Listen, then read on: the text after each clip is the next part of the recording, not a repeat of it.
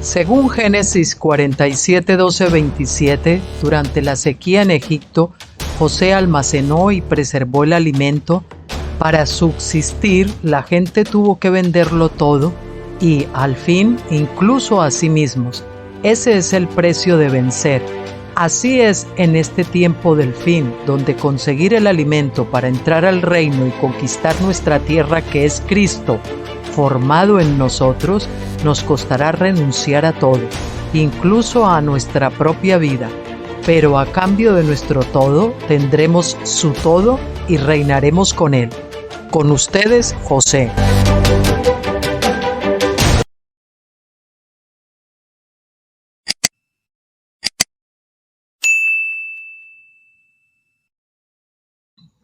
Hola, muy buenas tardes a todos, ¿cómo les va? Aquí de nuevo con ustedes. Vamos a hacer un pequeño paréntesis con el libro que estábamos estudiando de la lucha por la primogenitura. Ya saben que estamos alternando con Apocalipsis. Ahora vamos a alternar, ya terminado Apocalipsis, con este libro breve que hemos publicado hace poquito, el doctor Stephen Jones, que se titula El sionismo en la profecía bíblica, que complementa muy bien pues el tema que estamos estudiando.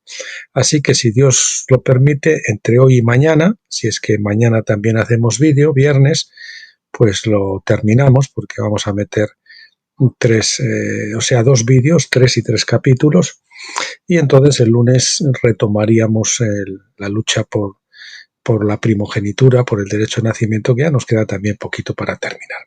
Bien, pues nada, este es el libro. Yo le puse una imagen porque todavía el doctor Stephen Jones no lo ha publicado, que es la imagen de Jacob suplantando a su hermano Esaú entre su padre Isaac ciego, y bueno, pues usurpando la primogenitura, porque aunque el Señor dijo que se la iba a dar, en ese momento lo estaba haciendo fuera de la ley, con mentira y engaño, ¿no?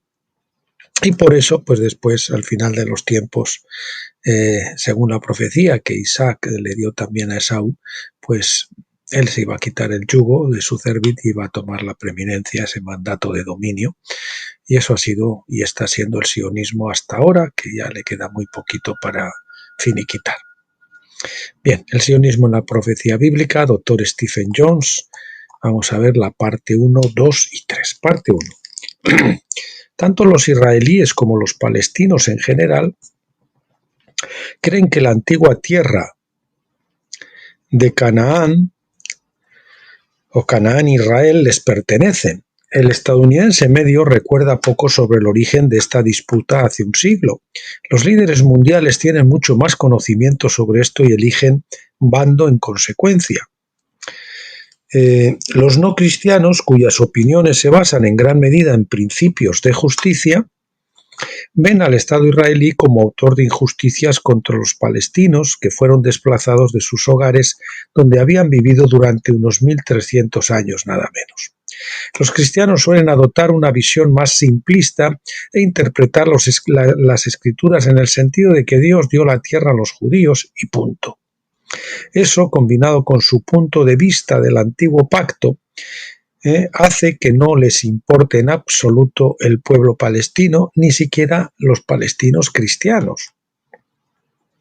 La pregunta realmente se reduce a quién tiene el derecho de reclamar esa tierra. Esta pregunta es compleja porque hay muchos malentendidos bíblicos e históricos. Más que eso, ¿dónde empieza esta cuestión? ¿Con los cananeos en los días de Josué?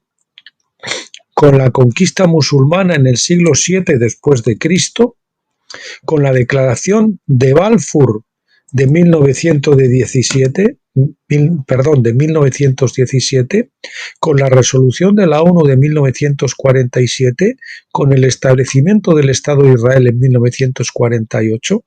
Es decir, ¿dónde empieza esta cuestión? Hoy, en el inicio de la guerra en Gaza, parece que este dilema está a punto de resolverse. Para saber cómo resultará esto, necesitamos conocer las profecías y las leyes que sustentan esas profecías. La ley no es solo un documento moral, sino también profético. Espero desentrañar algunos de estos temas complejos para que usted pueda obtener una perspectiva bíblica. No es posible comprender y resolver el dilema Israel-Palestina sin conocer la historia de Esaú-Edom. El verdadero origen de esta controversia comenzó con Jacob y Esaú, hermanos que reclamaban ambos la primogenitura y el derecho a poseer la tierra de Canaán. La controversia o pleito de Sión. Isaías 34 es una profecía de juicio sobre Edom. El apodo de Esaú era Edom rojo, como vemos en Génesis 36:1. Así leemos en Isaías 34:8 de la King James Version, porque es el día de la venganza del Señor y el año de la retribución del pleito de Sión. La New American Standard Bible traduce esto como la causa de Sión. La palabra hebrea es reeb, contienda, controversia, disputa, pleito. La raíz de la palabra, un verbo, significa llevar a cabo un caso o demanda legal. Tiene el enlace de Blue Letter Bible. Esto me están oyendo pronunciar Sion porque es sin acento, se refiere al monte de Jerusalén, al monte del templo, al monte también donde puso su tienda David. Pero la Sion con acento, que es que representa la Nueva Jerusalén, ya saben ustedes que es el monte Sion, según nos lo dice Deuteronomio. El monte Hermón es el monte Sion, ahí donde se transfiguró el Señor. Bien, entonces esta es una profecía sobre un caso legal en el tribunal divino, donde Dios emite su veredicto y luego vemos los resultados en términos de eventos terrenales. Isaías 34, del 9 al 10, predice los resultados de su veredicto.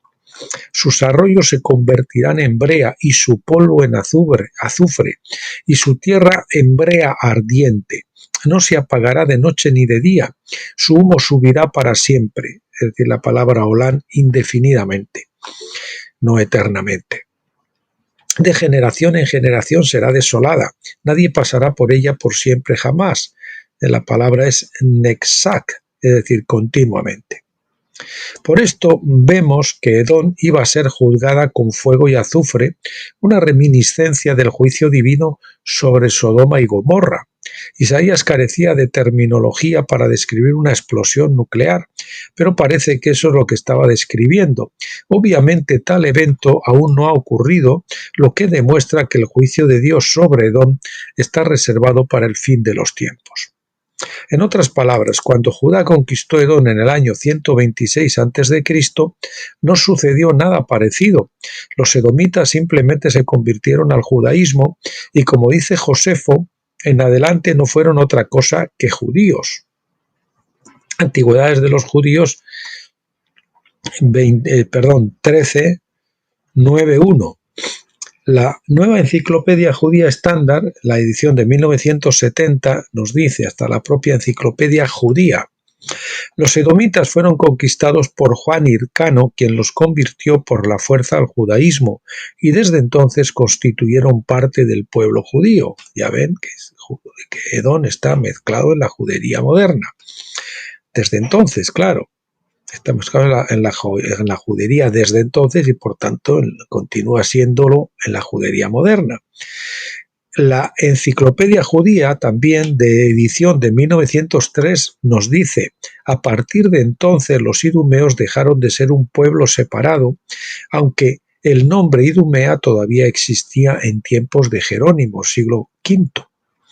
Por lo tanto, la nación que alguna vez se conoció como Edom, o Idumea en griego, dejó de existir para siempre, aunque el pueblo mismo sobrevivió.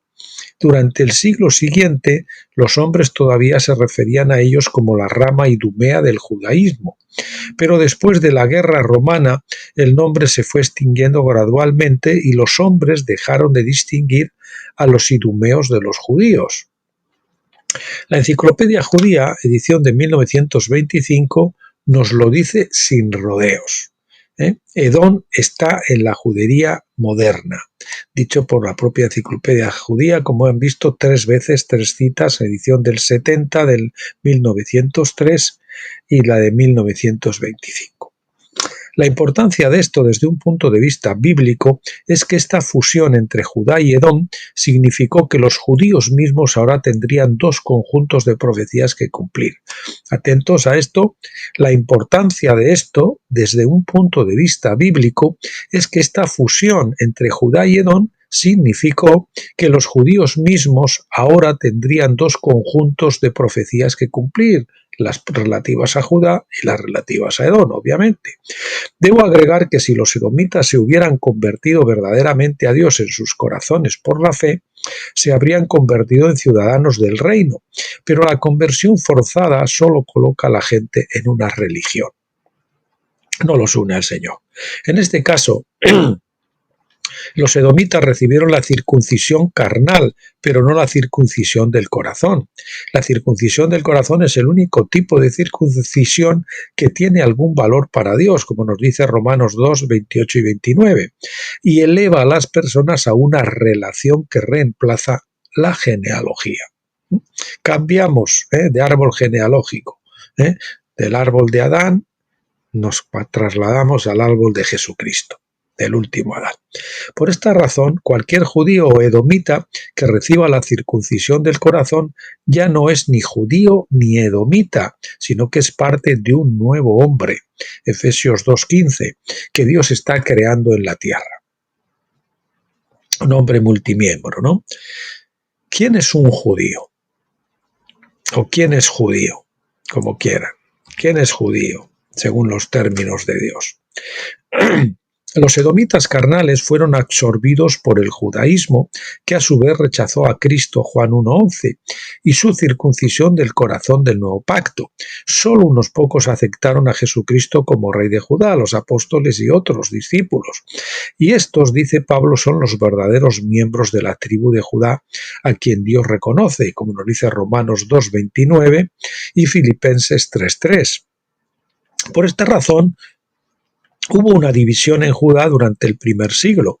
Cada parte reclamaba el mandato de dominio dado a Judá en Génesis 49:10. Por un lado los hijos buenos, por otro lado los hijos malos. Los hijos buenos los que fueron con el príncipe de Judá, que es Jesucristo, y los hijos malos los que siguieron en el judaísmo.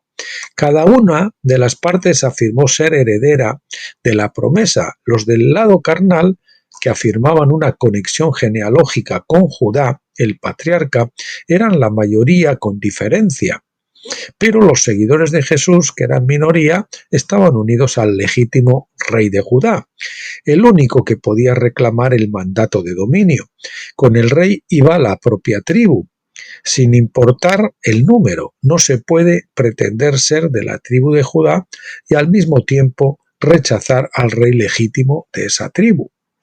Por eso, mientras que la nación de Judá-Edom del primer siglo en adelante, que rechazó al rey Jesús, siguió siendo reconocida por los hombres como los judíos, Dios reconoció solo a aquellos que tenían la circuncisión del corazón, aunque la gente del mundo pues siguió reconociendo a los que habían rechazado a Cristo, la mayoría de los judíos, como judíos. Sin embargo, Dios lo que reconocía era aquellos que tenían la circuncisión del corazón, es decir, que por la fe se habían convertido en cristianos, se habían convertido a Cristo. La Iglesia no reemplazó a los judíos. La Iglesia fue, de hecho, Judá desde el principio. Unas ramas fueron desgajadas, los judíos fueron desgajadas, y otras ramas se añadieron, eso sí, pero al tronco de Judá, de los primeros verdaderos judaítas, los apóstoles y demás, que eran judíos, unidos a la cabeza. Y a ese tronco, en ese tronco fueron injertados. No hubo un reemplazo nunca, porque son los únicos que alaban a Dios de manera aceptable. Judá significa alabanza. Ese es el punto de la enseñanza de Pablo en Romanos 2:29, cuando dice: su alabanza no proviene de los hombres, sino de Dios. Es decir, en otras palabras, su estatus en la tribu de Judá no se basa en el reconocimiento de los hombres, sino en el reconocimiento desde la perspectiva de Dios. Igualdad ante la ley. A la tribu de Judá se agregaron muchos de otros grupos étnicos al estar unidos al rey por la fe. Su derecho a unirse a la tribu por fe fue establecido desde el principio, Isaías 56 del 6 al 8. Los propios judíos carnales, que basaban su estatus en la genealogía, construyeron un muro divisorio en los terrenos del templo para mantener a los prosélitos y a las mujeres a distancia de Dios. Esto era ilegal, porque leemos en Números 15, del 15 al 16.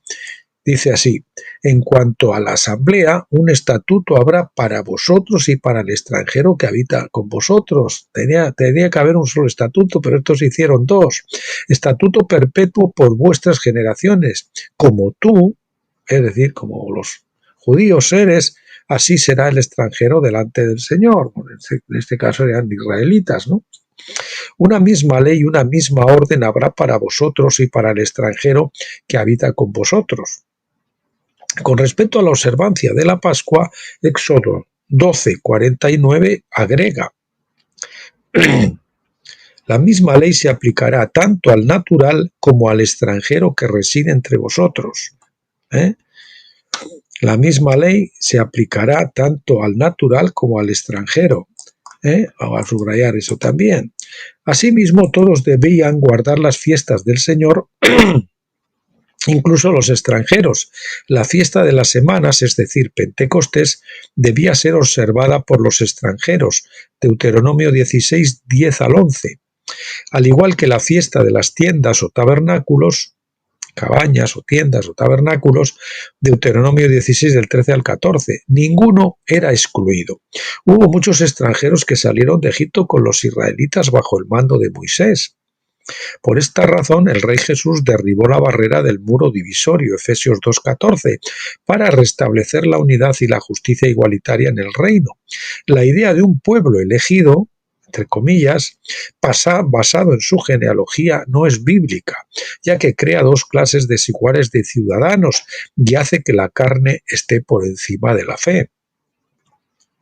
Por lo tanto, aquellos que desean establecer el reino estarán destituidos de la gloria de Dios si no reconocen esta ley de Dios y la obra del Rey Jesús al demoler el muro divisorio. Dios está trabajando con un hombre nuevo, no con dos hombres desiguales. Esta fue una de las principales disputas que surgieron cuando Jesucristo vino a reclamar los derechos de su trono en el primer siglo. Sus derechos fueron cuestionados por los líderes religiosos de la época, por lo que durante los últimos 2000 años esta cuestión ha permanecido sin resolverse, sin un veredicto final del cielo. La disputa en sí fue descrita en una de las parábolas de Jesús en Lucas 19 del 12 al 27, donde vemos cómo un noble, es decir, Cristo, fue a un país lejano, es decir, el cielo, para recibir un reino para sí y luego regresar. Luego leemos en el versículo 14, pero sus ciudadanos lo odiaban y enviaron una delegación tras él diciendo: no queremos que este hombre reine sobre nosotros. Cuando el noble regresó, recompensó a quienes apoyaron su reclamo al trono. Pero en cuanto a los que se le oponían, leemos en el versículo 27, escuchen: pero estos enemigos míos que no querían que yo reinara sobre ellos, traedlos aquí y matadlos en mi presencia. Ahora vivimos en el tiempo del fin cuando esto se está cumpliendo. El sionismo ha proporcionado el motivo para traer a los enemigos de Cristo de regreso a la antigua tierra para ser juzgados por rechazar al legítimo rey de Judá. Entonces, si bien el sionismo es una violación de la voluntad de Dios en el sentido de que trata a las personas de manera desigual, todo es parte del plan de Dios. Creo que al Estado de Israel se le dieron 76 años para arrepentirse y evitar el juicio divino. Han pasado 75 años y todavía no vemos ningún arrepentimiento nacional. Solo las pocas personas que han creído en Jesús se han arrepentido y se salvarán.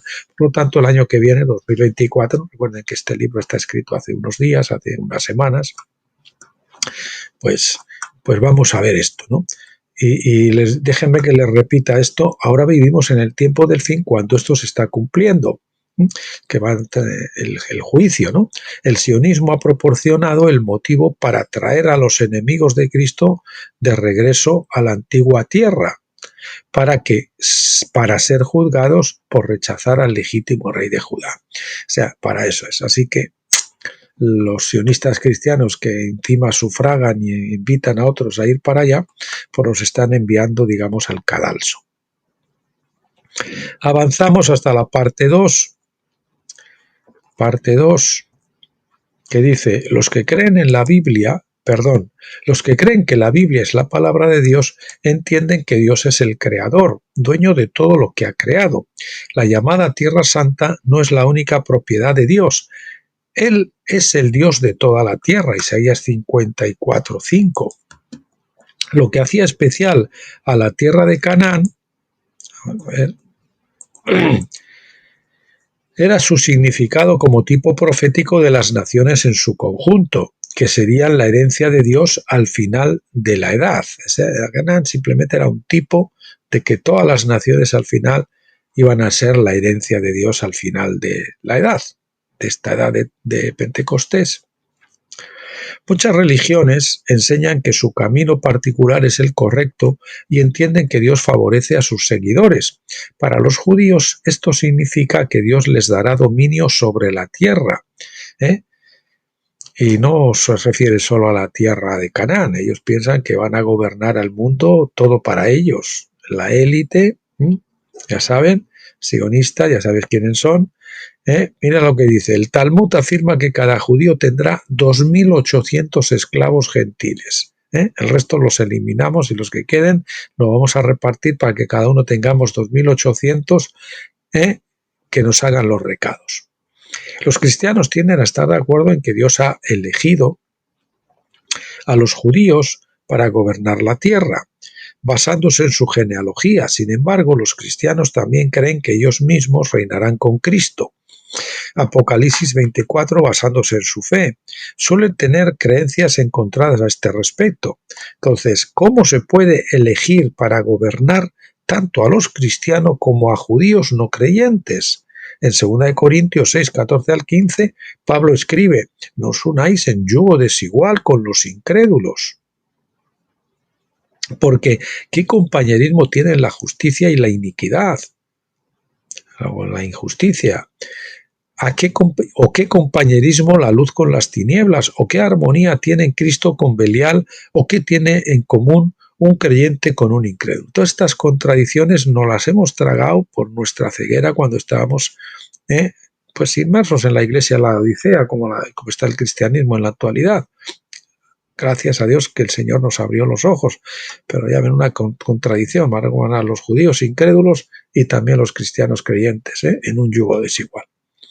Por supuesto, todos los incrédulos deben ser tratados con el mayor respeto y amabilidad posible, pero honrar a los judíos como casi cristianos, entre comillas, es cuestionable, y asignarles la autoridad del reino sobre la base de una supuesta confesión de fe de último momento al final de los tiempos, donde dicen que se van a convertir en masa, va en contra del concepto bíblico de un vencedor que persevera hasta el fin.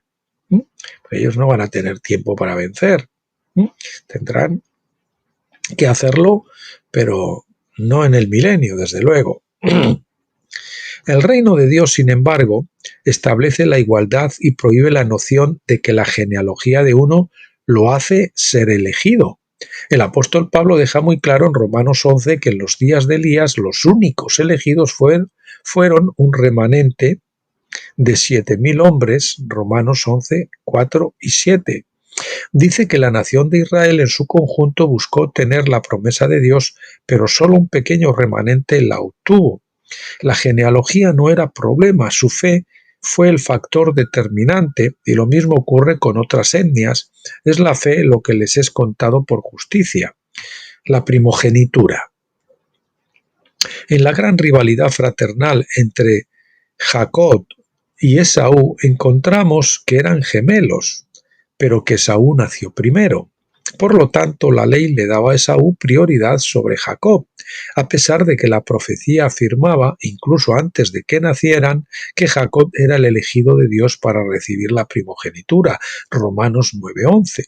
Así leemos en Génesis 25:23, el mayor servirá al menor. Es decir, Esaú debía estar subordinado a Jacob. En la historia su padre Isaac envejeció y quedó ciego y creyó que tal vez no viviría mucho más, entonces decidió bendecir a Esaú por la primogenitura. Pues lo dice, bueno, si el Señor no dice otra cosa, la profecía, pero tiene, la ley le otorga el derecho, pues lo tengo que hacer.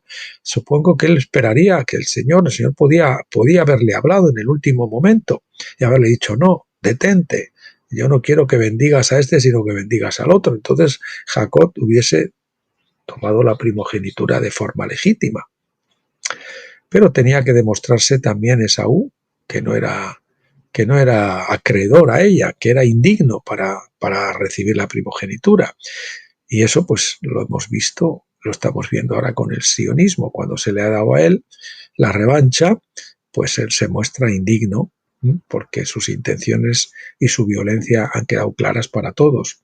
Parecería que se había olvidado de la profecía anterior, pero la ley de Dios estaba protegiendo el derecho del hijo mayor. La ley del hijo odiado de Deuteronomio 21, del 15 al 17, especificaba que ningún hombre podía negar el derecho del primogénito a menos que ese primogénito primero demostrara que no era digno. Por ejemplo,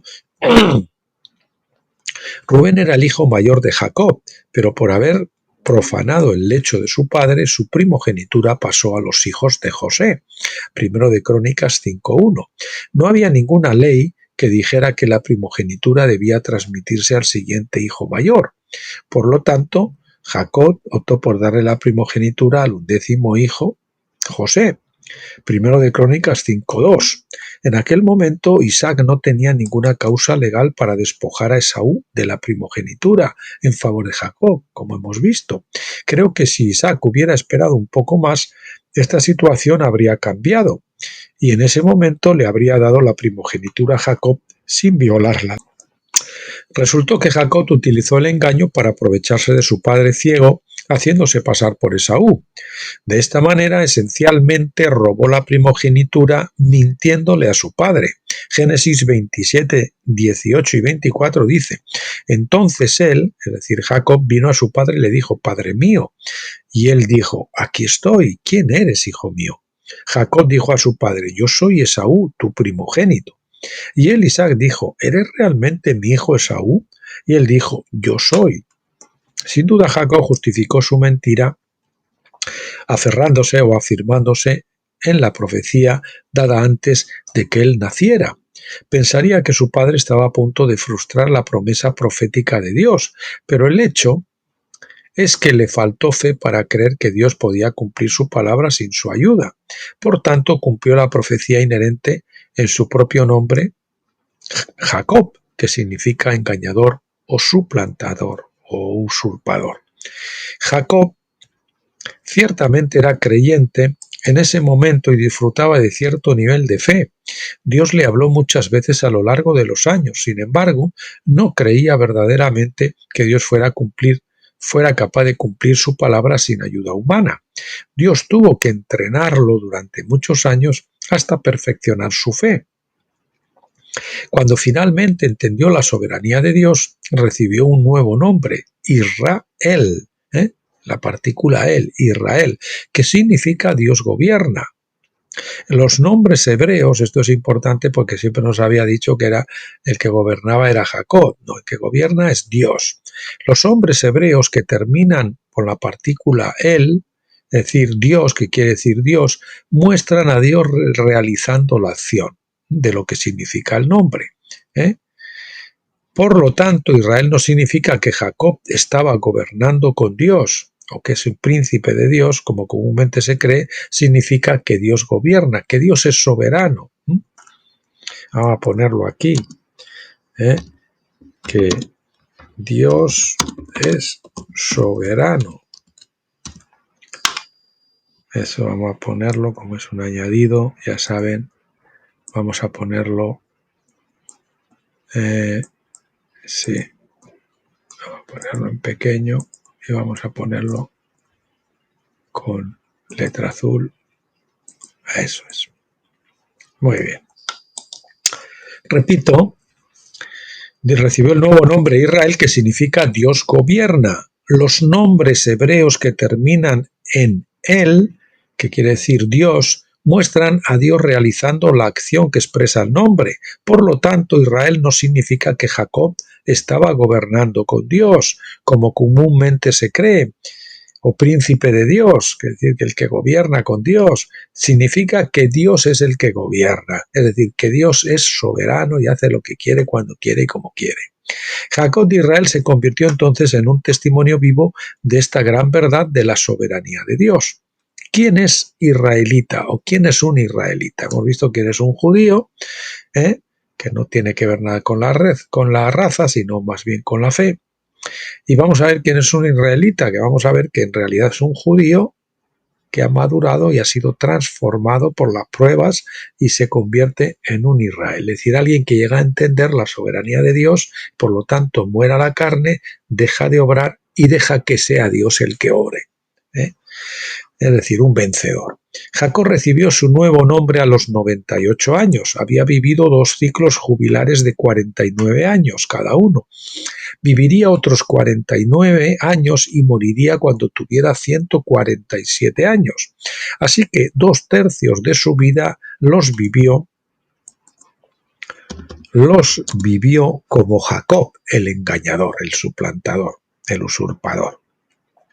Dios decidió no darle el nombre de primogenitura a Israel hasta que su fe fuera perfeccionada y perdiera toda confianza en la carne. Filipenses 3:3. Como viene, pues déjate obrar, se dejan las obras muertas y uno no se mueve si no es a instancias de Dios. Ve, haz esto, o ve, haz lo otro.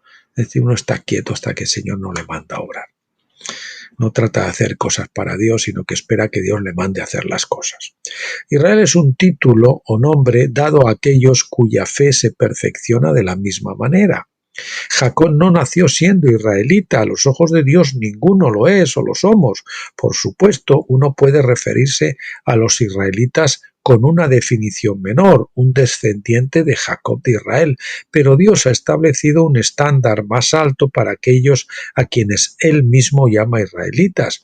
Por ejemplo, leemos en Juan 1:47, Jesús vio a Natanael que venía hacia él y dijo de él, he aquí un verdadero israelita en quien no hay engaño.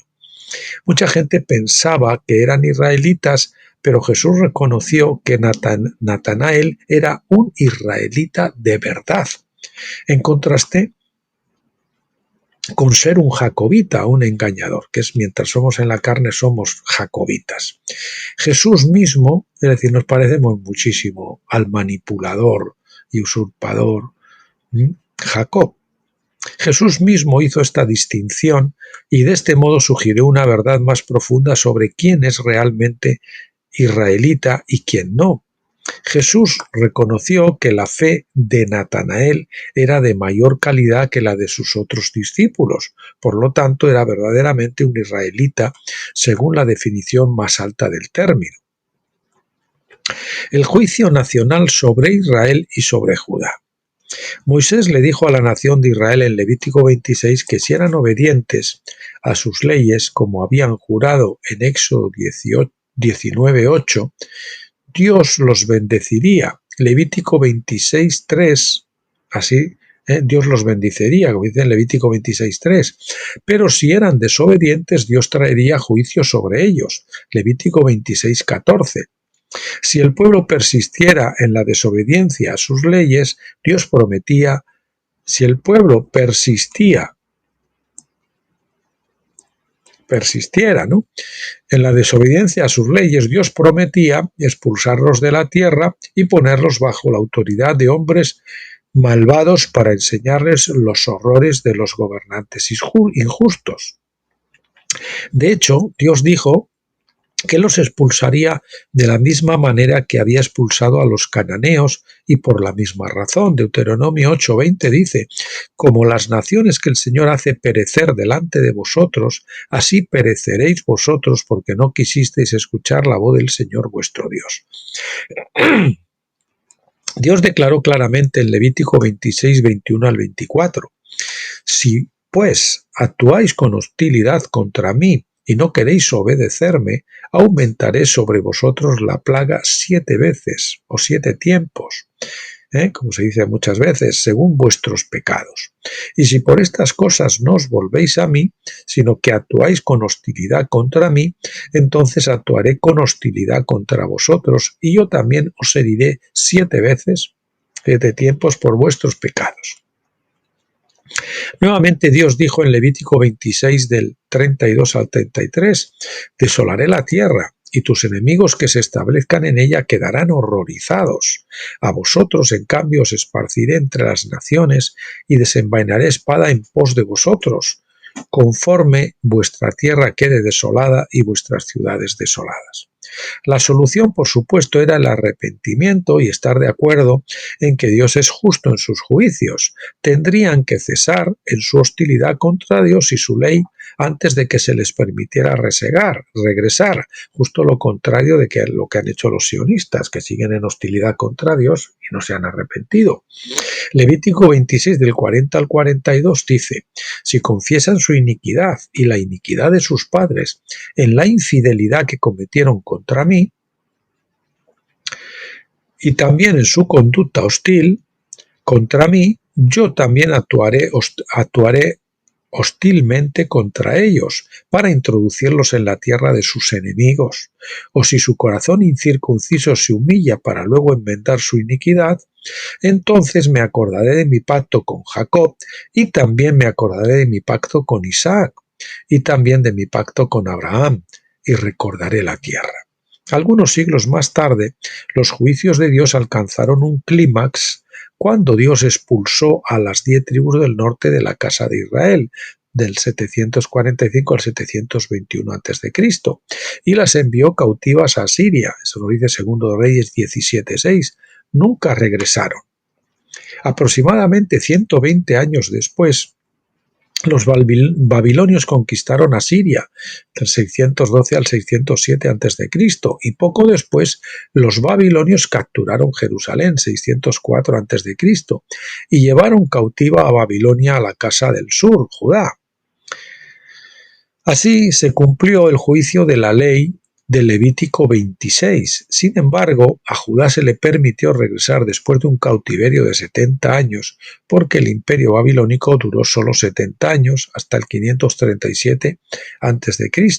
Cayó en manos del ejército persa, liderado por el rey Ciro de Persia y su suegro Darío, el rey de Media.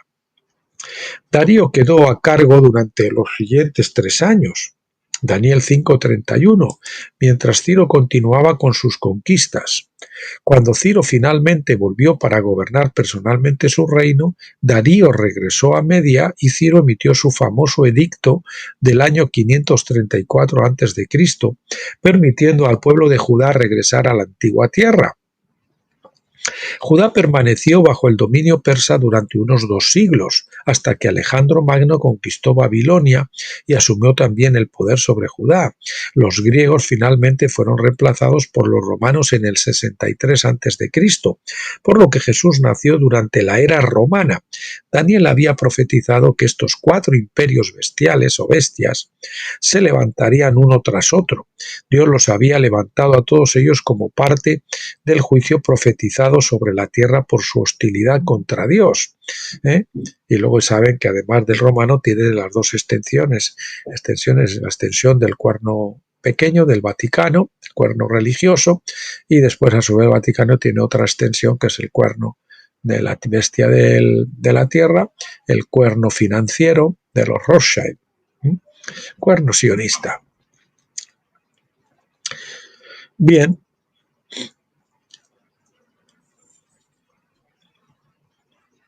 Ese fue el juicio. Un juicio muy largo, una gran tribulación. Esa sí que es la gran tribulación, no una tribulación de 7 años, que puede que al final haya, y de hecho lo estamos viendo, ¿no? Estamos asistiendo a ello. Las convulsiones que tenemos ahora mismo en el mundo, tremendas, y las que todavía van a ocurrir, sobre todo lo que queda este año, el año que viene, y suponemos que la secuela que traiga hasta que levantemos cabeza. Cuando Jesús entró en escena, la gente tuvo la oportunidad de demostrar que ya no eran hostiles a Dios. Se les dio la oportunidad de tratar con respeto a aquel a quien Dios había enviado y de recibirlo como el Mesías Rey. Si lo hubieran hecho, habrían recibido la verdad y la verdad los habría hecho libres. Juan 8:32. Sin embargo, no le recibieron. Como dice, a sus suyos vino y los suyos no le recibieron. Juan 1:11, y por eso permanecieron bajo el dominio de Roma. Más tarde, al intentar liberarse, solo empeoraron su situación. Roma destruyó Jerusalén y su templo y dispersó a los judíos por muchas naciones. Jesús predijo esto en Mateo 24. Su parábola de Mateo 22 del 1 al 14 ilustró cómo los judíos en su conjunto habían rechazado su invitación. El versículo 7 dice: pero el rey Dios, es decir, Dios, se enfureció y envió sus ejércitos, que son los romanos, fíjate que llama a los romanos sus ejércitos, y destruyeron a esos asesinos e incendiaron su ciudad, Jerusalén. La ciudad fue posteriormente, el Señor fue a pelear contra su propio pueblo usando sus ejércitos romanos. La ciudad fue posteriormente reconstruida y existe hasta el día de hoy, preparándose para su destrucción final según la profecía de Jeremías 19 del 10 al 11. Entonces tú, se refiere a Jeremías, romperás la tinaja o la vasija delante de los hombres que te acompañan y les dirás: así romperé este pueblo y a esta ciudad como se rompe una vasija de alfarero que no puede volver a ser reparada. Jeremías se le dijo que llevara a los ancianos al valle de Ben Hinnom, allí donde se tiraban los tiestos, las vasijas viejas y todo esto, y que rompiera esa vasija delante de ellos para decirles que no, así va a ser Jerusalén, que ya no podría ser reparada. Hasta ahora las destrucciones que ha tenido, no sé si son 7 por lo menos, o no sé cuántas, vamos, unas cuantas, siempre se ha levantado otra vez y está en pie, por lo tanto falta la definitiva. Jerusalén fue destruida por el ejército babilónico en el 586 a.C. y nuevamente por los romanos en el 70 después de Cristo, pero cada vez fue reparada, por lo tanto queda un cumplimiento final de esta profecía. Esas son las dos más importantes, ¿no? Destrucciones. En vista de la reciente guerra en Gaza, podemos preguntarnos si esto eventualmente conducirá al cumplimiento de la profecía de Jeremías. En vista de la reciente guerra en Gaza, podemos preguntarnos si esto eventualmente conducirá al cumplimiento de la profecía de Jeremías. Si esto de Jeremías, el tiempo lo dirá. No toleramos la violencia ni el odio en ninguna de las partes. Mientras tanto, debemos orar para que Dios perdone a la mayor cantidad posible de personas en ambos lados de este conflicto. Además, aún queda la pregunta de si los israelíes se arrepentirán y cumplirán el requisito de Levítico 26, 40 a 42. Muchos cristianos creen que se arrepentirán y luego aceptarán a Jesús como el Mesías. Jeremías 19 no dice nada sobre tal arrepentimiento, pero sabemos que Dios siempre se mueve por el arrepentimiento. Entonces, ¿es esto una posibilidad o la profecía de Jeremías está escrita en piedra? Estudiaremos la cuestión en la parte 3 y nos vamos a la parte 3. Originalmente Israel era un solo hombre llamado Jacob. Más tarde el término se extendió a su familia, no solo a sus hijos, sino a todo su pueblo o ciudad. Recordemos que el propio Abraham, 2 generaciones antes, tenía 318 hombres nacidos en su casa que estaban en edad militar y estos fueron enviados a liberar a Lot. Génesis 14:14.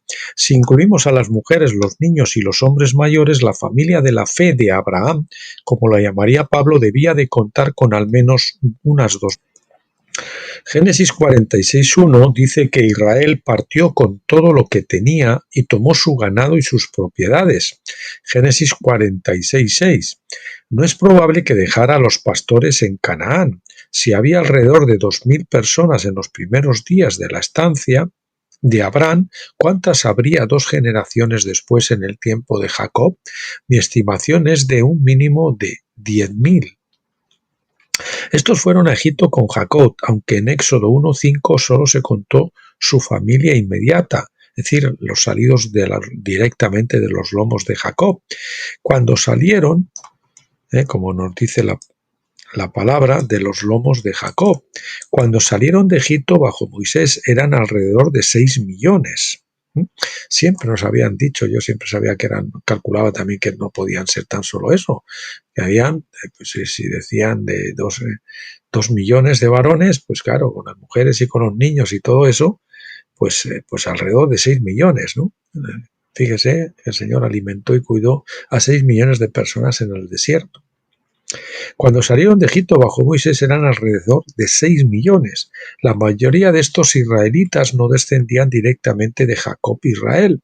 Los hijos de Jacob eran los líderes de las tribus, pero la mayoría de las tribus israelitas no eran miembros reales de la familia. En otras palabras, Israel se había convertido en una nación y a menudo se le llamó nación. Muchos años después, Isaías nos dice que los extranjeros eran bienvenidos a unirse a la nación de Israel. Isaías 56:6, como ciudadanos iguales del reino.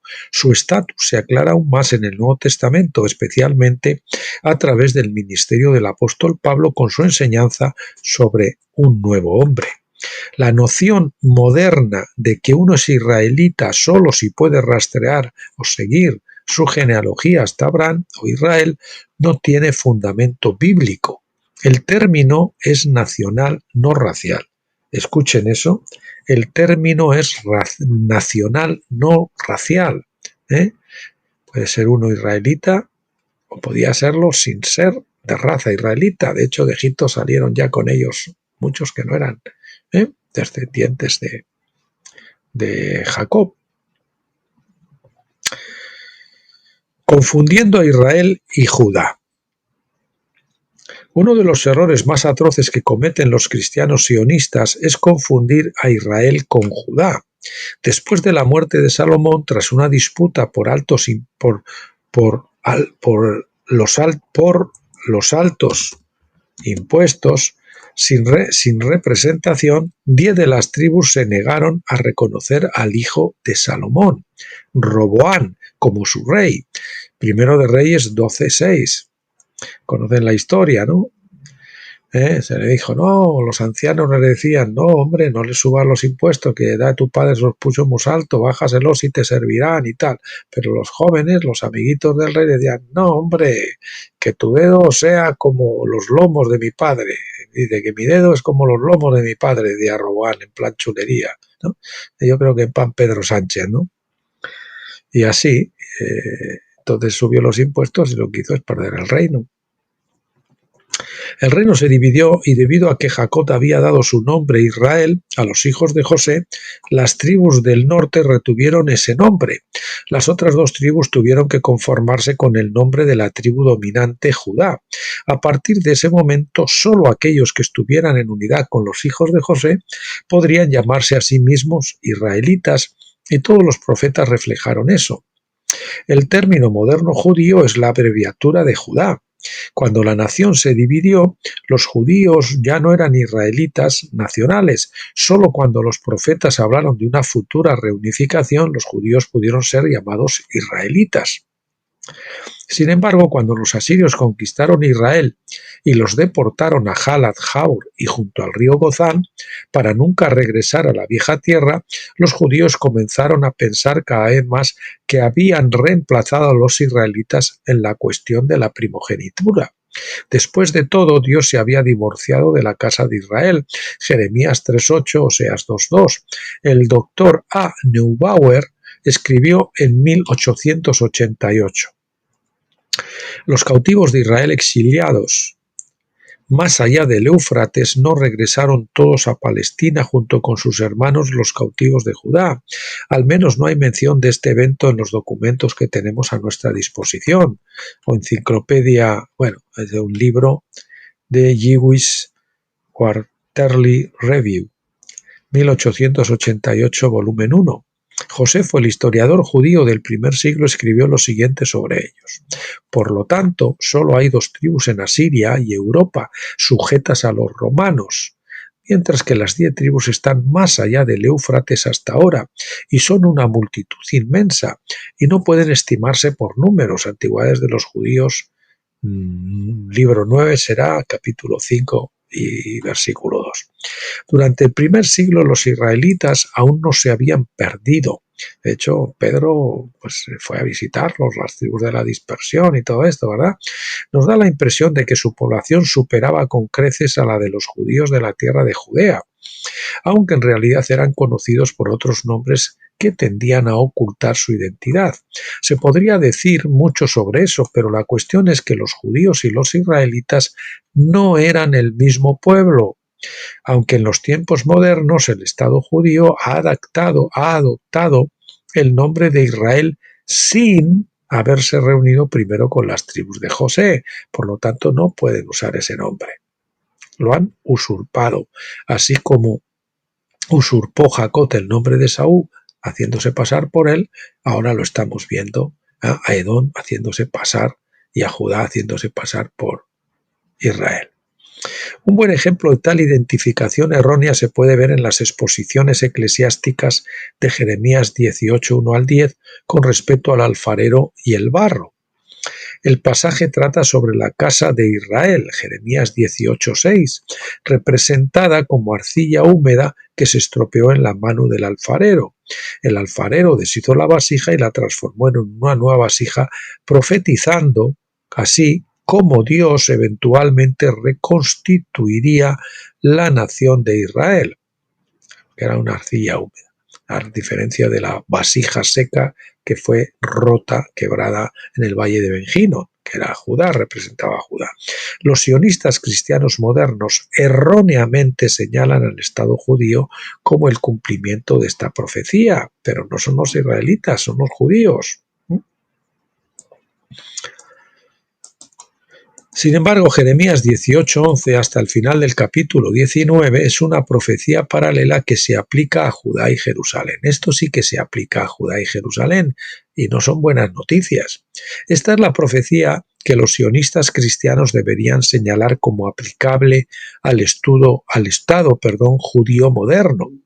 Es una larga acusación por el pecado de Judá y por los sacrificios de niños ofrecidos a Moloc en el valle de Ben-Hinnom, en las afueras de Jerusalén. El profeta describe a Judá como una vasija de barro vieja, no de barro húmedo, mojado, que una vez rota no puede repararse de nuevo, como dice Jeremías 19 del 10 al 11.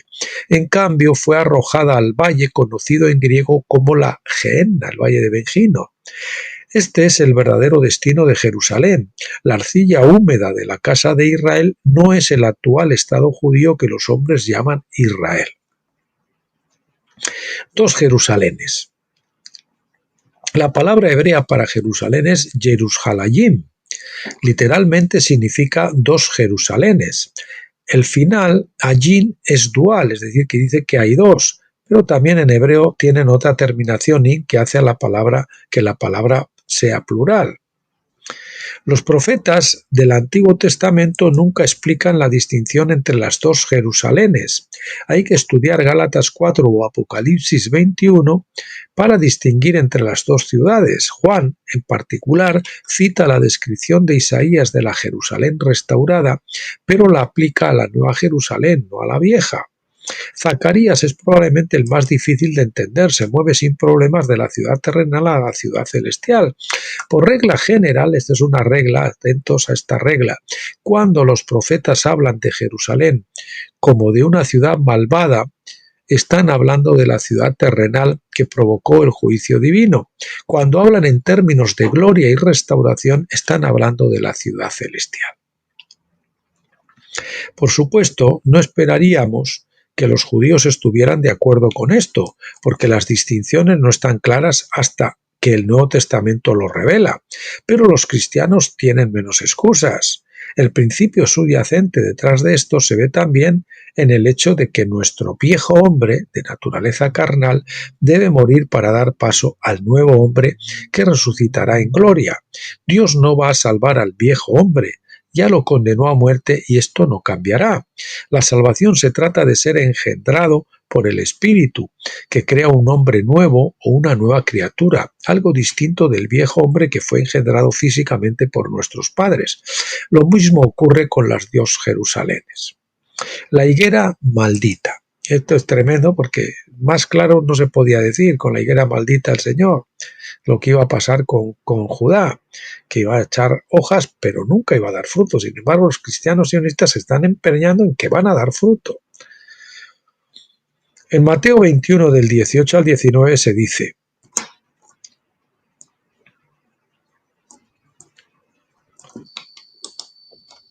por la mañana, cuando regresaba a la ciudad, es decir, a Jerusalén, tuvo hambre. Al ver una higuera solitaria junto al camino, se acercó a ella y no encontró en ella más que hojas, y le dijo: nunca más saldrá de ti fruto alguno. Y al instante se secó la higuera. Jesús había estado buscando fruto en la higuera de Judá durante todo su ministerio, Lucas 13, 6 al 9. Encontró solo hojas que no sustituyen al fruto. Hojas puede ser la religiosidad. Es decir, es la religiosidad sin vida. De hecho, las hojas de higuera han sido un problema desde Adán. Génesis 3:7, por eso las obras nuestras, las obras muertas, son como bikinis que no nos pueden cubrir, no nos pueden justificar. Solo la túnica del Señor, de la justificación, por la fe en Cristo, en la sangre de Cristo, nos cubre desde la cabeza hasta los pies. No el bikini de las obras muertas. Las hojas representan una falsa cobertura para el pecado y la vergüenza, y mucho menos si son obras malas, como hacen los sionistas. La naturaleza de la maldición de Jesús indicó que la higuera de Judá nunca daría fruto. Sin embargo, más tarde Jesús profetizó que esta higuera ciertamente volvería a la vida.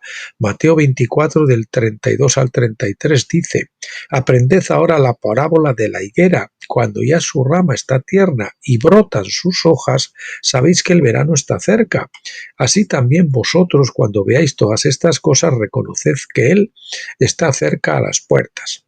Es casi universalmente reconocido que el Estado judío, fundado en 1948, cumple esta profecía. Estoy de acuerdo, dice el doctor Stephen Jones.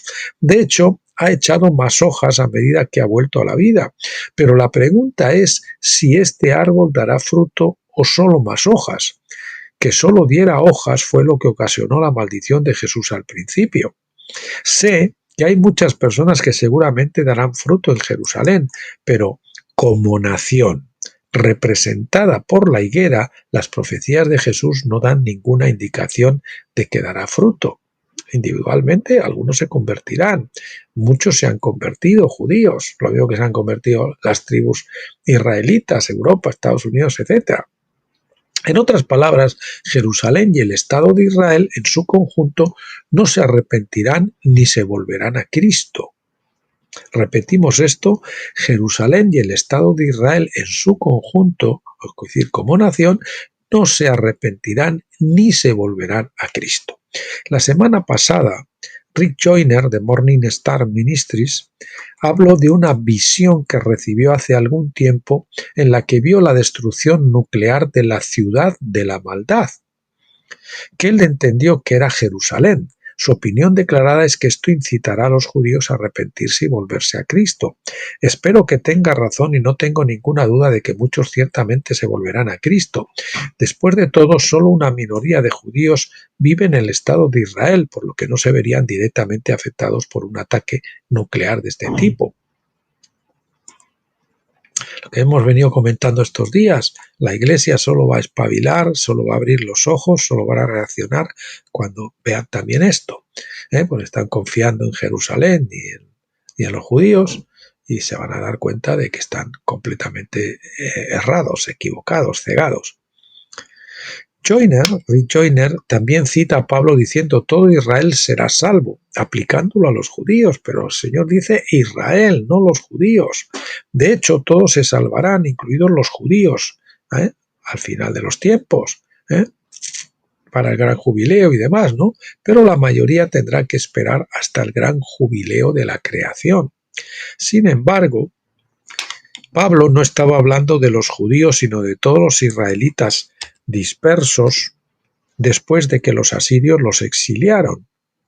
Este es el enfoque principal de Pablo, pero pocos lo ven, a menos que conozcan la distinción entre judíos e israelitas.